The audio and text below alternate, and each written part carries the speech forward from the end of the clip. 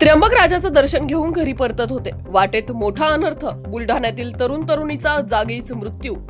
Debris वाहतूक करणारे Hyva वाहन क्रमांक MH15 JR 4404 उलटल्याने त्याखाली चिरडून दुचाकीवरील तरुणी ठार झाल्याची घटना शनिवारी दिनांक 3 रोजी त्र्यंबकेश्वर शहरात घडली.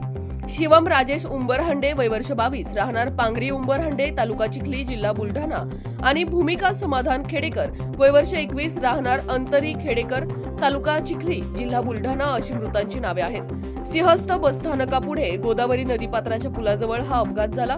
त्र्यंबक राजाचे दर्शन आटोपल्यानंतर दुपारी 3 वाजेच्या सुमारास शिवम व भूमिका दुचाकीवरून नाशिकच्या दिशेने जात असताना गोदावरी नदीवर असलेला पूल ओलांडल्यानंतर रस्ता दुभाजकाजवळ वळणारा हायवा हे अवजड वाहन अचानक पलटी झाल्याने त्यावरील तरुणांच्या दुचाकीवरच कोसळले. हायवामध्ये मोठ्या प्रमाणावर डेब्रिस होते. त्यातील मोठमोठे दगड अंगावर पडल्याने दुचाकीवरील शिवम व भूमिका हे जागीच ठार झाले.